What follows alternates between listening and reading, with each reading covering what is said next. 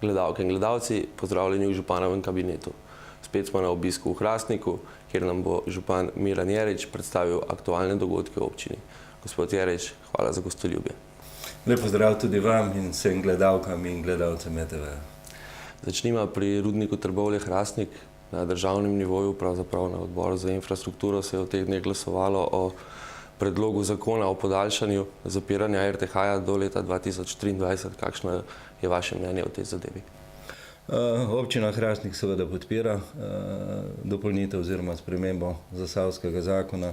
Jaz upam, da ta zakon ne bo podprt samo na matičnem delovnem telesu, to se pravi na odboru za infrastrukturo, ampak tudi potem sprejet na eni od izrednih sej, ki jih bo parlament v tem mandatu še opravil. Gre za zelo pomemben zakon. S tem zakonom zagotavljamo sredstva ne samo za dokončanje zapiralnih del rudnika Trbovlje-Hrastnik, ampak tudi denar za izvajanje monitoringa v prihodnje, ker gre za zelo pomembno aktivnost. Jaz mislim, da te površine, ki so zaprte, objekti, ki so odstranjene, rabijo monitoring. Verjetno se bojo kakšne posledice pojavile še v prihodnje in če bomo spremljali stanje na terenu, tako nad zemljo, kot seveda tudi pod zemljo, bomo lažje izvajali kakšne ukrepe in s tem preprečili, da bi prišlo do škode na premoženju naših ljudi, javnih zavodov, gospodarskih družb in pa seveda zagotavlja se denar tudi za na nek način ohranitev industrijske oziroma knapovske dediščine, ki je po mojem mnenju ena od velikih razvojnih priložnosti ne samo Hrastnika, ampak tudi Zasavja. Jaz upam, da bojo poslanci imeli toliko razumevanja in podprli ta zakon in zagotovili ta denar za dokončno zaprtje RTH-ja, kot seveda tudi za izvajanje monitoringa in ohranjanje industrijske dediščine. V oskrbi RTH-ja je tudi nekaj cestne infrastrukture v vaši občini. Zima je pustila posledice. Kakšna je situacija na tem področju? Res je, da zimska služba nam je letos vzela vsa sredstva, ki smo jih imeli na voljo, tako za zimsko službo, kot tudi za redno vzdrževanje. Mi bomo skozi rebalans občinskega proračuna, ki ga bomo verjetno sprejeli na majski seji občinskega sveta, zagotovili, jaz upam, da dodatna sredstva, da bomo lahko tista najnujnejša vzdrževalna dela na lokalnih cestah in pa javnih poteh tudi postorili. Seveda skupaj z rudnikom pa izvajamo tudi nekatere zelo pomembne investicije oziroma zaključujemo v letošnjem letu. To je najkrajša cestna povezava med Hrastnikom in Trbovljami, potem se dela izvajajo na cesti Dol-Krištan-Dol-Marno. V letošnjem letu mora biti tudi ta celoten odsek dokončan. Ta cesta, o kateri smo pa prej govorila, se pa načrtuje, da bo odprtje za občinski praznik. Nekje okrog 3. julija bomo prišli do dolgo želene najkrajše cestne povezave med Hrastnikom in Trbovljami. Seveda preko tega programa bomo izvajali tudi rekonstrukcijo ceste od Čebelarskega doma pa do Blat. Potem je cesta na območju Dola oziroma krajevne skupnosti in Marnega na območju domačije Hribarnik, gor bo tudi sanacija plazu. Potem se bo uredila še cesta v Studence, to se pravi približno od Godbenega doma pa do Studenc in pa cesta proti Leši, tako da nas veliko dela čaka z RTH-jem, veliko koordinacije, usklajevanja, ampak jaz sem prepričan, da bomo uspešno vse te investicije v letošnjem letu tudi dokončali. Nekaj je tudi drugih cest, ki niso v domeni RTH-ja oziroma v delni domeni, recimo Turje, če se ne motim, lokalna cesta. Kakšna je situacija tam? Mi pripravljamo vse potrebno za objavo javnega razpisa. Računamo, da bomo v letošnjem letu dokončali zelo pomemben cestni odsek od Završnikovega ovinka proti Planinskemu domu v Gorah, ne v celoti. V proračunu smo zagotovili nekaj več kot 80 000 evrov za to investicijo. Tako da izvajalca bomo v kratkem izbrali in računamo, da bomo ta cestni odsek tudi do občinskega praznika dokončali. Uredili bomo tudi dva krajša cestna odseka, enega v krajevni skupnosti Kanica-Šavna Peč, to je odsek Jamšek in pa en krajši odsek Lorber v krajevni skupnosti Steklarna. kot sem pa že omenil, nas pa kar velike so potrebe po vzdrževalnih delih, po sanaciji poškodovanih cest, ne samo zaradi te zime, ampak nasploh, tako da bomo veliko dela na cestnem področju bo v letošnjem letu vložili, tako da nas čaka še veliko aktivnosti. Ostajamo pri infrastrukturi malce drugačni. Tokrat še enkrat bomo šli na referendum o drugem tiru.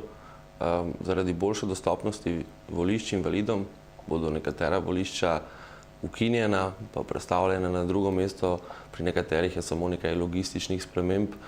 Kje bodo te spremembe in ali bodo veljale tudi za vse naslednje volitve? Vemo, čakajo nas parlamentarne, pa potem lokalne volitve.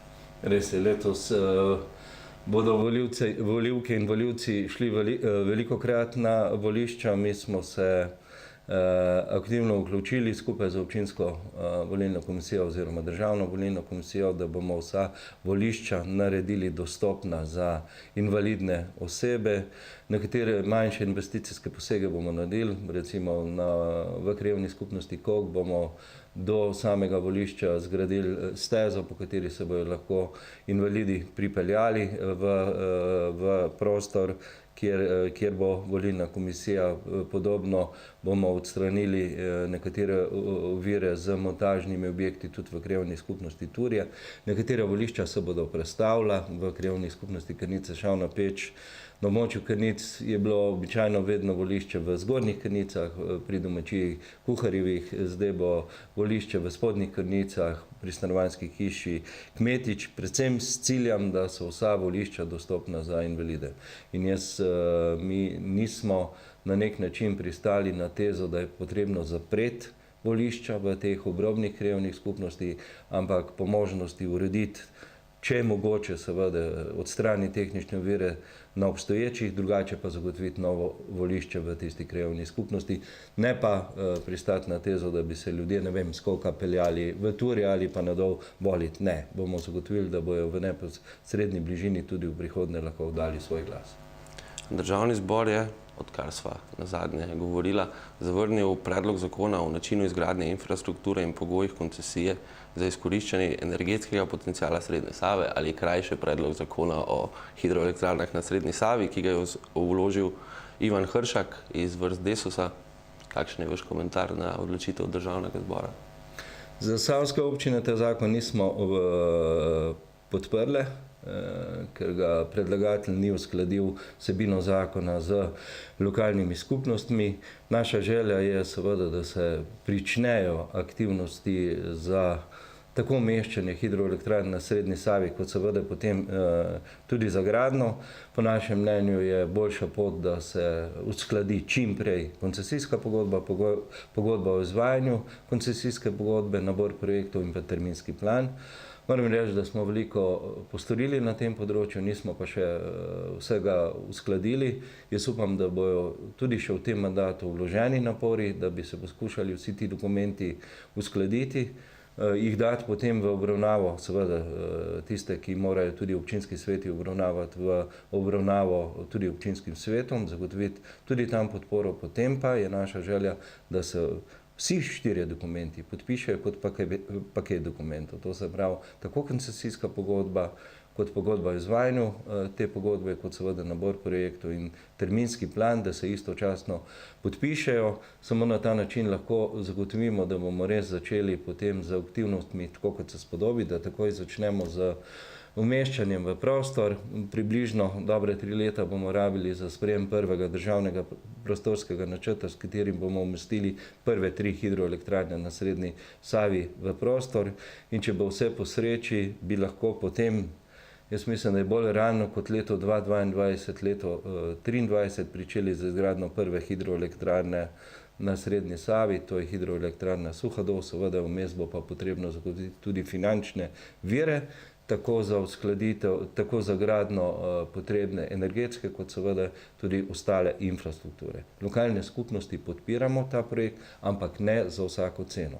Mi smo določene robne pogoje državi oziroma resornem ministrstvu in koncesionarju postavili in računamo, da se bomo v teh pogojih trdo pogajali, jih vnesli v te dokumente, o katerih sem govoril in potem seveda to sprejeli oziroma podpisali.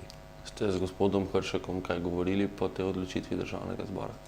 Po tej odločitvi Državnega zbora nismo na to temo govorila.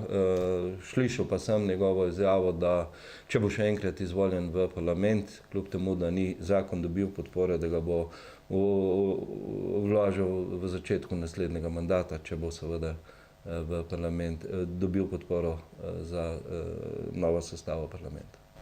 No, če govorimo o državni ravni oziroma o vladi, vemo, kakšna je trenutna situacija. Vlada ravno ne diha s polnimi pljuči, opravlja tiste nujne naloge. Tudi to je sprememba od takrat, ko sta zadnjič govorila. Kako je glede regionalnih razvojnih programov in razpisov, na katere se je tudi vaša občina prijavila, tako kot ostale zasavske občine? Kar nekaj denarja je v igri. Kaj to pomeni za te projekte? Bomo ta denar videli še letos oziroma ga bodo lokalne skupnosti videli še letos ali se je vse skupaj sedaj zamaknilo v nov mandat? Veliko je dilem, kaj so tekoče zadeve, tudi v stvareh, o katerih smo se prej pogovarjali, ali lahko vlada v okviru upravljanja tekočih zadev podpiše tudi koncesijsko pogodbo ali ne. Mislim, da so to dileme, na katere bojo morali na eni strani odgovoriti pravniki, predvsem bo morala pa na te dileme odgovoriti tudi politika, ne samo v vladi, ampak tudi v slovenskem parlamentu. Zdaj, kar se tiče pa teh zadev, o katerih ste govorili, teritorijalni dialog se bo ta teden začel. Mi gremo v petek zasavske občine na Ministrstvo za gospodarstvo. Pričnemo z teritorijalnim dialogom v zvezi z dogovorom za razvoj regij, v katerega smo Zasavčani umestili najbolj pomembne zasavske razvojne projekte. V občini Hrastnik gre za 3 projekte: industrijska cona ob Steklarni in tovarni kemičnih izdelkov, odvajanje odplak in pa seveda ukrepi z področja trajne mobilnosti. V petek se začnemo z ministrstvom pogovarjati o za nas zelo pomembnem razvojnem projektu, to je industrijska cona ob Steklarni in tovarni kemičnih izdelkov. Jaz upam in verjamem v to, da je koriščenje evropskih sredstev zelo pomembna naloga vsakokratne vlade, ustreznih ministrstev in seveda tudi lokalnih skupnosti, da bomo mi v mesecu maju podpisali ta dogovor in da bomo lahko v letošnjem letu pričeli z črpanjem evropskega denarja, ker mi to investicijo v industrijski coni načrtujemo izvedbo v letu 2018 in zaključek v letu 2020. Odvajanje odplak, začetek v letu 2018 in 2019. Če ne bo to podpisano v mesecu maju ali pred državnozborskimi volitvami, potem se bojim za črpanje evropskega denarja v letošnjem letu. To pa ni v interesu ne Slovenije, kot seveda tudi ne lokalnih skupnostih. Jaz verjamem, da bomo našli pot in da bojo dogovori podpisani in da bojo te investicije oziroma ti razvojni projekti stekli že v letošnjem letu. Gremo malce k temam, ki ste jih obravnavali na zadnji občinski seji. Najprej poročilo medobčinskega redarstva. V Hrastniku približno 10-krat manj kršitev mirujočega prometa kot v Trbovljah. Vemo, da je hrastniška občina manjša, tudi promet ni tako skoncentriran v centru, kot je v Trbovljah. Vendar imate občine nekaj vzvodov, lahko malce usmerjate to delo redarstva. So v Hrastniku vozniki toliko bolj pridni, je prometna kultura na toliko višjem nivoju ali so razlogi drugje? Jaz mislim, da je več razlogov, bom rekel, da je manj izrečenih kazni ali ukrepov. Jaz sicer v osnovi sem vedno zagovarjal predvsem preventivno delovanje, opozarjanje.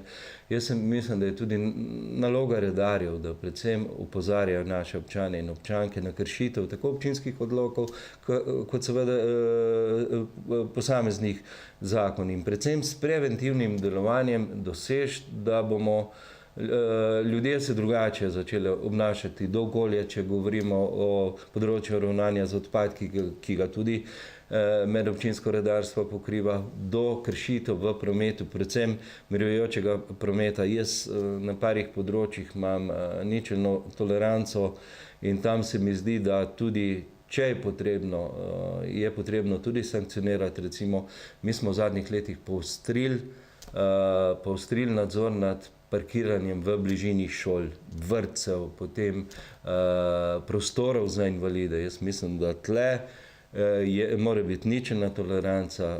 Nekaj časa se opozarjajo te zgodbe, potem je pa treba posankcionirati. To so mesta, ki morajo biti namenjena tistim, ki rabijo, bom rekel, takšna parkirna mesta, in podobna zgodba je tudi z vdovsko ambulanto in parkirnimi mesti pred vdovsko ambulanto. Ta parkirna mesta, ker jih je zelo malo, so namenjena izključno za reševalna vozila in seveda za tiste, ki rabijo kakšno pomoč v vdovski ambulanto. Ne moramo se na tisti prostor sparkirati tisti, ki želimo popiti kavo v bližnjem bifeju, in tle mislim, da moramo poostriti te zgodbe in če ne gre drugače, tudi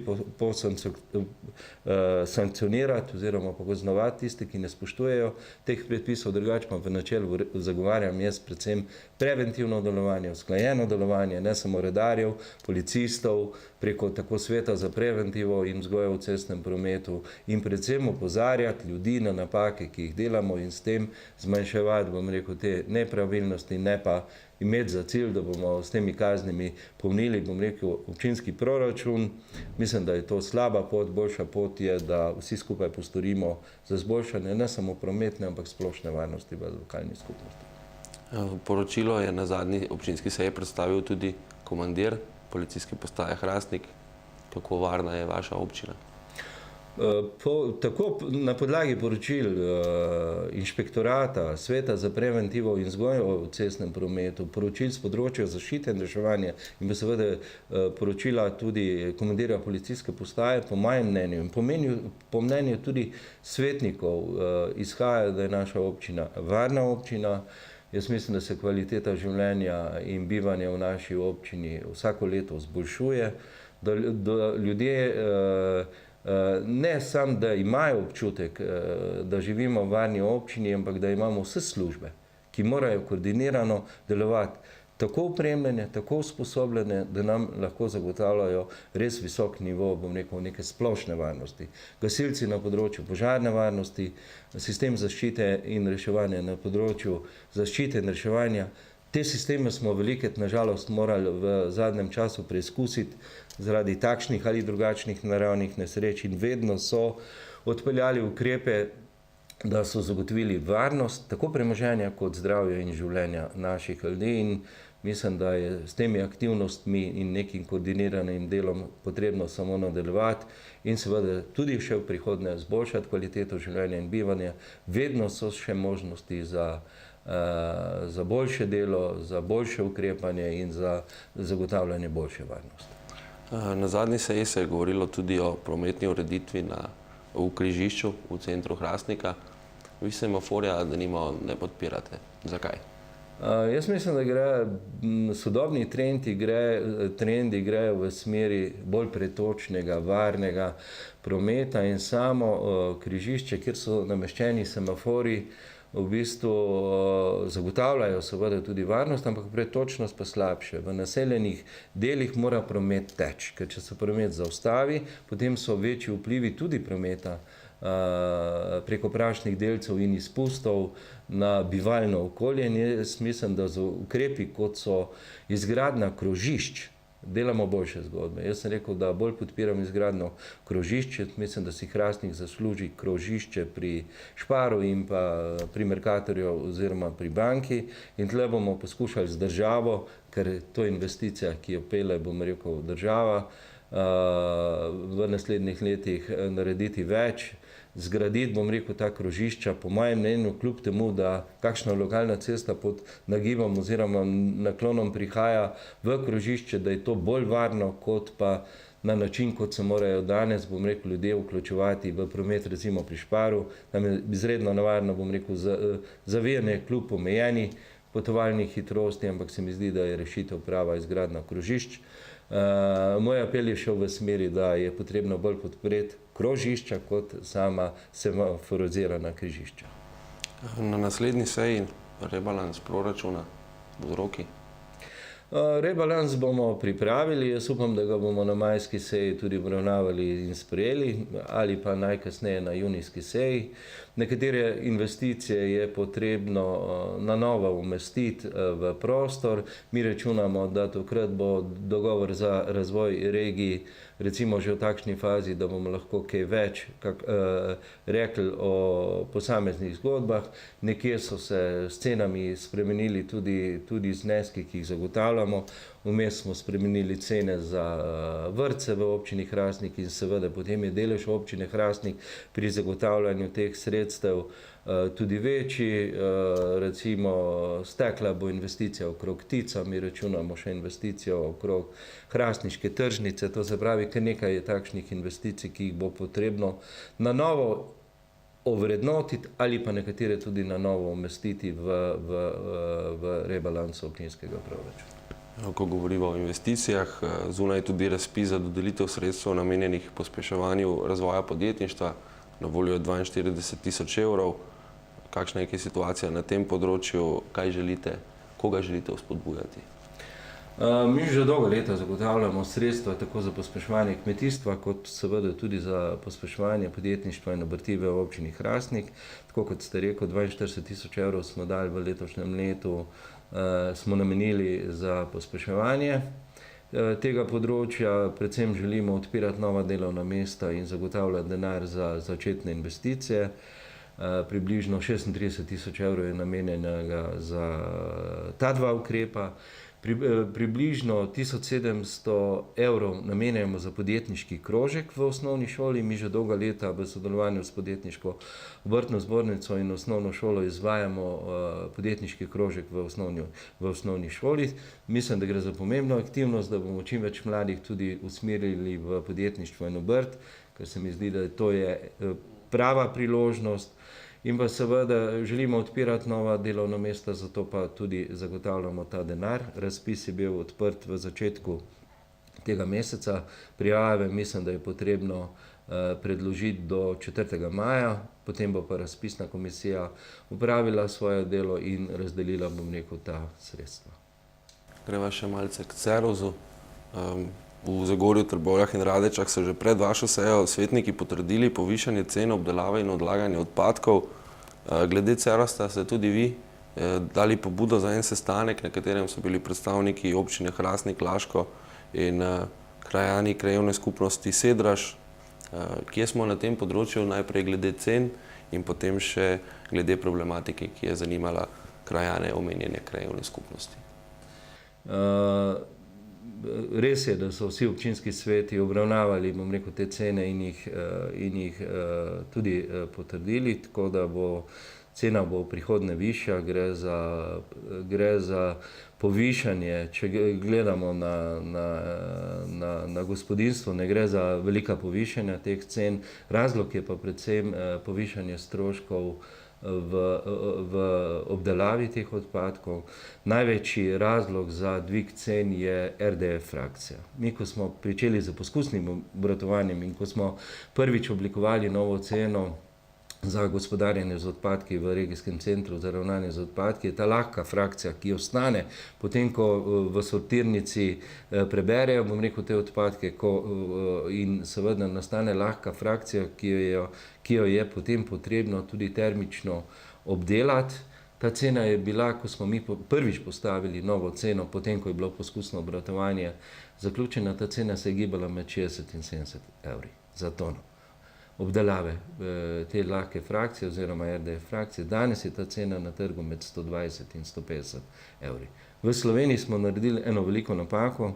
Zgradili smo 7 centrov, 6 s pomočjo evropskega denarja, enega s pomočjo zasebnega denarja. Nismo pa zgradili objekta za termično obdelavo nenevarnih odpadkov oziroma RDF frakcije. V Sloveniji je samo 2 objekta sta, kjer je to mogoče obdelati. V Celju je en manjši, ki pokriva potrebe samo regijskega centra v Celju, in drugi je cementarna v Anhovem. Vse ostalo je izvoz. In te cene nenormalno hitro rastejo na trgu in to je bil poglavitni razlog, da so se te cene seveda v Cerovzu tudi dvigle. Ne gre pa za veliko povišanje, jaz mislim, čeprav smo občine pozorne do vsakega povišanja, vedno je potrebno pogledati, ker to na koncu plačamo občani oziroma občanke, ampak je bilo nujno to za postoriti. Kar se pa tiče druge zgodbe, Jaz sem se parkrat sestal z predstavniki krajevne skupnosti Sedraž, ne samo v tem mandatu, tudi prej. Imamo nekatere težave v regijskem centru za ravnanje z odpadki, predvsem s preveliko količino zalednih oziroma meteornih vod, tako znotraj centra in seveda nekatere vode ne grejo, so prišle v stik z izcednimi vodami in ne grejo preko čistilne naprave. Z ustreznimi ukrepi je potrebno te vse vode zajeziti, zmanjšati, odpeljati jih na čistilno napravo, vse očistiti in seveda spuščati v skladu z monitoringom, v skladu s pravilnikom, v skladu z uredbami, to očiščeno vodo pol v potok Ničnico. S krajevno skupnostjo smo se dogovorili, da ustanovimo mešano delovno skupino, v kateri smo predstavniki tako občine Laško kot občine Hrastnik, krajevne skupnosti Sedraž in Ceros. Do 19. bo vodstvo Ceroza pripravil nabor projektov, ki jih je potrebno izvesti. Ta nabor projektov bo obravnavala tudi skupščina Ceroza, potem pa se bomo usedli tudi na tej skupni mešani delovni skupini, se skupaj dogovorili, kaj so tisti ukrepi, ki jih bomo takoj pričeli z izvajanjem, kateri ukrepi so dolgoročni, da zagotovimo takšno delovanje Ceroza, kot mora biti v skladu z vsemi predpisi in da zagotovimo takšno delovanje Ceroza, kot si ga želijo ne samo občine lastnice, krajani, ki živijo v tem območju, ampak tudi krajani sosedne krajevne skupnosti. Zaključuje se 8-letno delovanje Andreja Božiča v Steklarni Hrastnik, odhaja z drugim izzivom. Kakšen odnos sta imela, kako je potekalo vajino sodelovanje in vas je morda kaj strah, morda ni prava beseda, ampak ali morda mislite, da njegov naslednik bo delal drugače, bo imel manj posluha za lokalno problematiko? Če odgovorim najprej na to zadnje vprašanje, jaz upam, da bo tudi v prihodnje Steklarna ne samo nosilec, pa ena od nosilk gospodarskega razvoja občine Hrastnik, ampak tudi družbenega razvoja. Steklarna je vpeta v številna področja znotraj delovanja lokalne skupnosti in jaz upam, da zamenjava direktorja bo ta partnerski odnos ohranjala tudi v prihodnje. Steklarna je bila vedno odgovorna, bom rekel, do okolja, do lokalne skupnosti in sem prepričan, da bo tako tudi v prihodnje. Gospodarski rezultati so odlični, ne samo v letu 2017 in v zadnjih letih, ampak te odlične temelje je postavil Andrej Božič z odličnim vodenjem Steklarne Hrastnik. Mislim, da je Steklarno na nek način z njegovim načinom vodenja postala res ne samo največja hrastniška firma, druga največja zasavska firma, ampak ena od bolj pomembnih slovenskih firm, saj 92% proizvodnje gre v izvoz. Tudi v zadnjih letih so dobički narasli, tako da Steklarna veliko vlaga tudi v proizvodnjo in sem prepričan, da tudi tako v prihodnje se eden od naših največjih projektov delamo, predvsem tudi zaradi razvojnih projektov Steklarne in kemične. Industrijsko cono ob Steklarni in kemični delamo, da ustvarimo razvojne priložnosti za Steklarno, za kemično, da pomagamo ohraniti obstoječa delovna mesta, odpirati nova delovna mesta in sem prepričan, da bo Steklarna tudi v prihodnje dobro sodelovala z lokalno skupnostjo. Jaz upam, da bo uspešna, tako kot je bila v teh zadnjih letih. Z Andrejem sva imela, bom rekel, en prijateljski odnos. Jaz sem še enkrat bi rad zahvalil, bom rekel, za res korektno, pošteno sodelovanje, za vso pomoč, ki jo je nudil kot direktor največje firme v Hrastniku pri razvoju lokalne skupnosti. Želimo vse dobro na novi poklicni poti. Občani Hrastnika smo se mu pa skromno oddolžili za vso to res odlično delo z podelitvijo zlatega občinskega priznanja pred 4 leti in mislim, da smo tudi skozi to pokazali, kako cenimo njegovo uspešno vodenje in delo v Steklarni Hrastnik. Na eni od lanskih občinskih sej ste sklenili, da boste odprodali nekaj občinskih stanovanj. Kje je to? Res je. Za odprodajo občinskih stanovanj moramo še sprejeti občinski stanovanjski program. Mi ga bomo do konca mandata sprejeli. Računamo, da bomo v 2 obravnavah sprejeli občinski stanovanjski program. Seveda vmes ga bomo dali tudi v eno mesečno javno obravnavo oziroma razpravo. In znotraj tega dokumenta bo opredeljen, katera stanovanja bomo prodajali in pod kakšnimi pogoji. Ne bomo vsa. Tista, ki ležijo na določenih lokacijah, ki so prihodnja pomembne za določene razvojne projekte, ne bomo odprodajali, vse ostalo bomo ponudili. Če bo mogoče, bomo poskušali zagotoviti tudi ustrezne bančne, se dogovoriti s kakšno banko za ugodne kredite za nakupe teh stanovanj. Denar, ki ga bomo pa pridobili z odprodajo obstoječega stanovanjskega fonda, ni ga tako malo, v Hrastniku je v lasti občine Hrastnik še približno 400 stanovanj, v lasti, bom rekel, v družbeni lasti, če tako rečem, pa približno 1100 stanovanj, od približno 2300 stanovanj v občini Hrastnik. Denar, ki ga bomo pridobili z odprodajo stanovanjskega fonda, bomo pa namensko vložili v novo stanovanjsko gradnjo. Veste, da smo že kar daleč z pripravo projektov in jaz računam, da bomo v letošnjem letu na območju Resnice pričeli z izgradnjo 48 novih stanovanj v soinvestitorstvom tudi z Stanovanjskim skladom Republike Slovenije, in ta denar, ki ga bomo dobili od kupnine, bo predstavljal tudi delež lokalne skupnosti pri izgradnji teh stanovanj, poleg seveda proračunskih sredstev. No, občina in skupaj s krajevno skupnostjo Steklarna pa organizira občasno prodajo živil, pijače in blaga na premičnih stojnicah pred večnamenskim družbenim objektom Podkraj. Zakaj ste se odločili za ta korak in kako so to pozdravili prebivalci Podkraja? Veste, da je pred kratkim se zaprla trgovina v krajevni skupnosti Steklarna, ki je v Mercatorjevi lasti. V zadnjih letih je pa trgovsko dejavnost na tej lokaciji izvajala Kmetijska zadruga Laško. Nažalost so nas obvestili tik pred zaprtjem te trgovine in seveda, da smo na nek način olajšali oskrbo krajanov in krajank, ki živijo na tem območju, smo preko različnih oblik potujoče trgovine preko stojnic zagotovili to najnujnejšo oskrbo tega območja.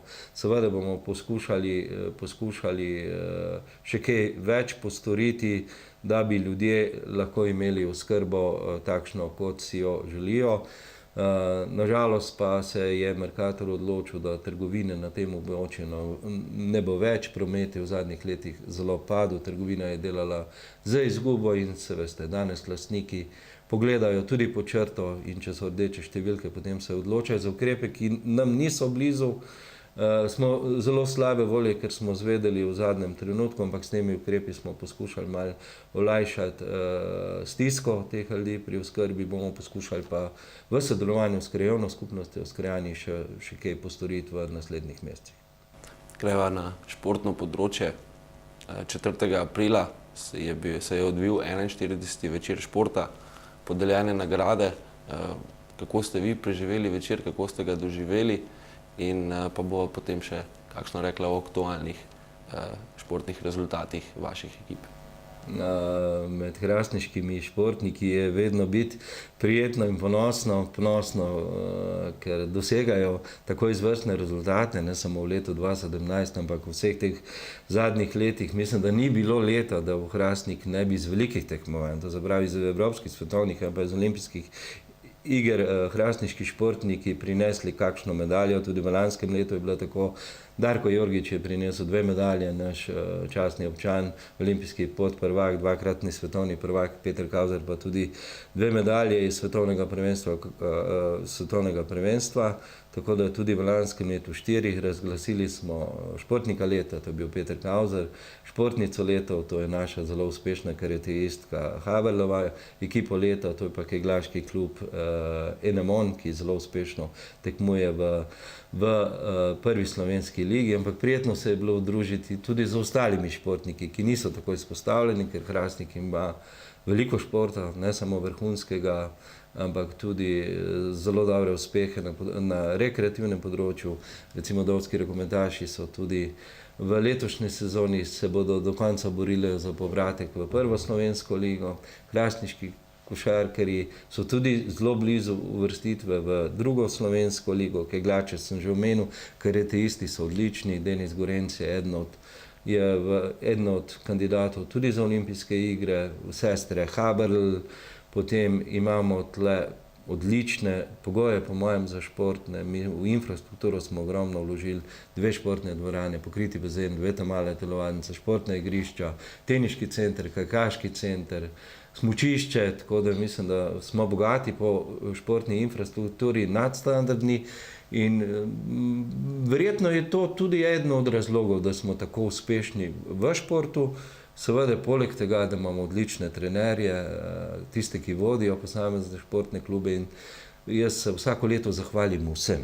In seveda na koncu tudi sponzorjem, donatorjem, ki pomagajo, ampak brez odrekanja, truda, prilitega znoja, velike odsotnosti športnikov takšnih rezultatov ne bi bilo in mi smo lahko v Hrastniku ponosni in na te dosežke in jaz verjamem, da bo tako tudi v prihodnje.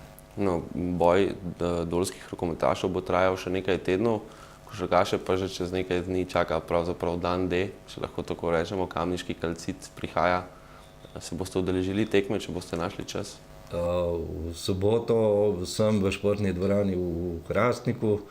Seveda bom navijal za košarkarje, košarka mi je bila vedno zelo blizu, tudi sam sem jo aktivno igral, tako da bomo navijali in jaz upam, da nam uspe. Mislim, da smo zelo blizu, če premagamo Kamnik, potem imamo samo še eno tekmo v Postojni in jaz računam, da bojo dali igralci vse od sebe, da jim to uspe.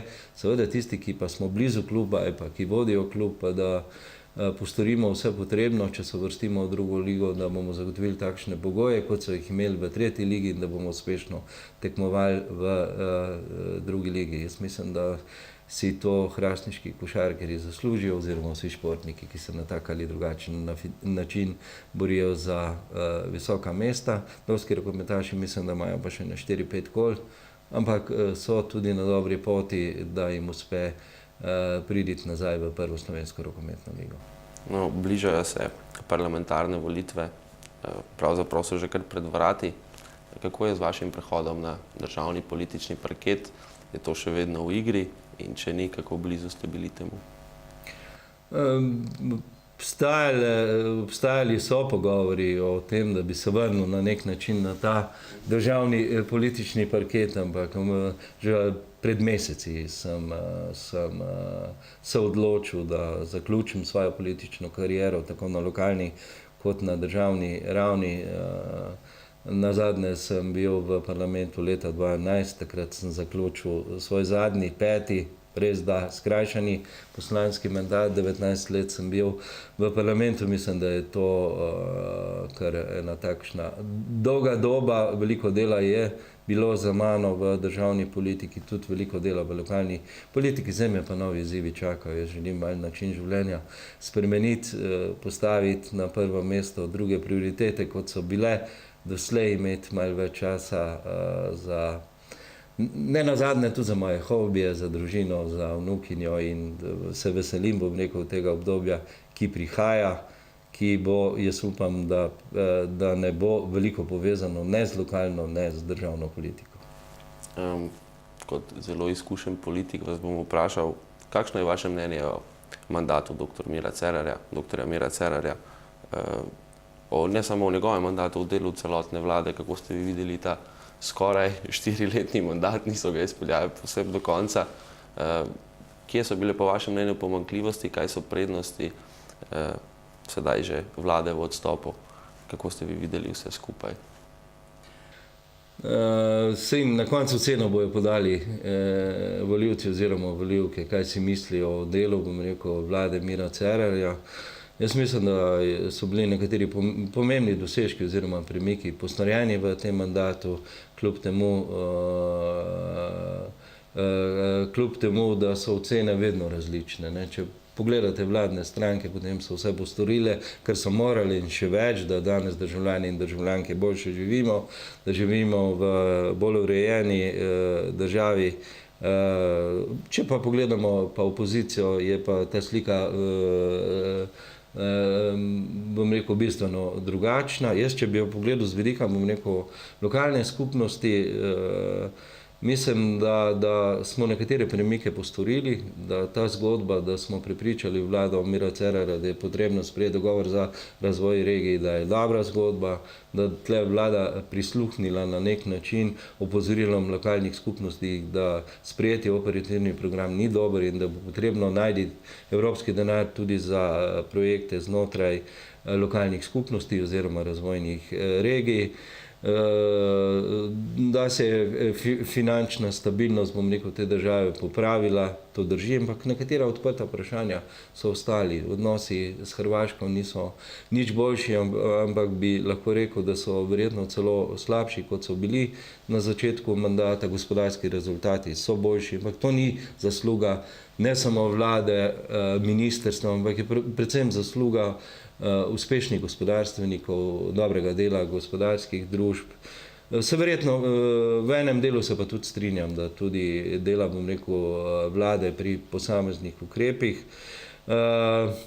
Tako da jaz z vidika pa lokalne skupnosti, mi smo si želeli, da bi vlada oziroma resorno ministrstvo zagotovilo nekaj denarja pri izgradnji Dovske šole, pa se bojim, da ne bomo niti evra prejeli za to investicijo, gre pa za zelo zahtevno investicijo, 3 milijone 600. Da bo več aktivnosti postorjeno, da bomo v tem mandatu štartali za izgradnjo glavne ceste Hrastnik-Zidan most, pa se bo izgradnja premaknila v naslednji mandat. Jaz upam, da bomo štartali 2019. Dobro, projekti grejo k koncu in letošnjem letu bojo dokončani. Pričakovali smo, da bo koncesijska pogodba podpisana ne na koncu mandata, ampak sredi mandata, da bomo začeli že z meščanjem v prostor in še kako drugo zgodbo. Tako da lahko ocenimo kot dobro delo slovenske vlade, vedno je pa priložnost za kaj boljšega. Kako jo pa volivci ocenujemo, bomo pa malo videli na tisti datum, ko bojo volitve upravljene in takrat se dobi, bom rekel, pa prava ocena in zaupanja vlade posameznih strank in to nas čaka, bom rekel, čez kak dober mesec. Še zadnje vprašanje, pa če lahko odgovorite v enem stavku. Število občin v Sloveniji je preveliko? Jaz mislim, da je preveliko. 212 občin je preveč. Po mojem bi morala Slovenija narediti korak v obratni smeri, da bi pričeli z združevanjem lokalnih skupnosti, združevanjem tudi finančnega potencijala lokalnih skupnosti, tako bi se lokalne skupnosti lažje spopadale z razvojnimi projekti, ki so pred nami in tudi z problemi. Ker po mojem mnenju je sistem financiranja občin slab, spodbuja v bistvu drobitev. Za Hrastnik bi bilo boljše, da smo dve občine. Več denarja bi iz državnega proračuna dobili. Mislim, da je to narobe svet. Mi moramo te manjše občine povezati, spremeniti zakon o financiranju občin, narediti čim prej to mestno raven, to se pravi vzpostaviti pokrajine, ki bojo nek umestni člen med državo in lokalno skupnostjo in potem bomo, po mojem, lažje zagotovili še boljši razvoj lokalne samouprave v prihodnje. Gospod župan, hvala za gostoljubje in prijeten pogovor. Hvala tudi vam. To je bilo vse iz županovega kabineta. Hvala za pozornost in srečno.